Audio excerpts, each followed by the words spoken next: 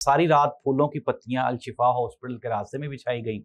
सारा media Al-Shifa hospital के बाहर मौजूद था और सारी रात ये लगा कि इमरान खान किसी भी वक्त अलशिफा हॉस्पिटल में आएंगे। फिर कुछ खबरें आना शुरू हो गई। उन्होंने कहा जी इमरान खान को हॉस्पिटल नहीं लाया जा रहा, लेकिन मैंने तब भी अपने दोस्तों से कहा था कि अगर ये नहीं लाएंगे तो तौहीन अदालत की कार्रवाई हो जाएगी। ये लाएंगे जरूर, लेकिन इसके लिए उन्होंने कोई प्लान बी जरूर बना रखा होगा। जी हाँ नाज़रीन, ये वही प्लान बी है जिसके तहत पाकिस्तान तहरीक इंसाफ, इमरान खान की फैमिली, इमरान खान के डॉक्टर्स, के पीके की गवर्नमेंट और बैरून मुल्क बैठे हुए पाकिस्तानियों को बहुत बड़ा धोखा दिया गया। ये बहुत बड़ी कहानी है, लेकिन ये है कि पीएमएलएन ने कुछ इस तरह का एक खेल खेला है जिसमें बहुत जल्द ये खुद ब खुद फंसने वाले हैं।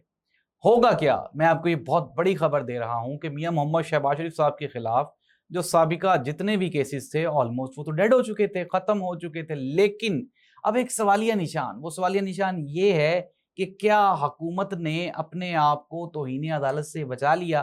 तो नाज़रीन, इसका जवाब है नहीं। आज असद उमर ने एक बड़ी खूबसूरत बात की, उन्होंने ट्वीट किया और उन्होंने कहा कि जिस तरह से हुकूमत ने अपने आप को बचाने की कोशिश की है, लेकिन उन्होंने अपने आप को बचाया नहीं है बल्कि फंसा लिया है। क्योंकि साफ ऑर्डर्स हैं सुप्रीम कोर्ट ऑफ पाकिस्तान के कि इमरान खान को अलशिफा हॉस्पिटल लेके जाया जाए और वहां पे मुकम्मल चेकअप करवाया जाए। ये जो चक्कर है हुकूमत का, ये तो ऑलरेडी भी वो 3 मरतबा लगवा चुके हैं।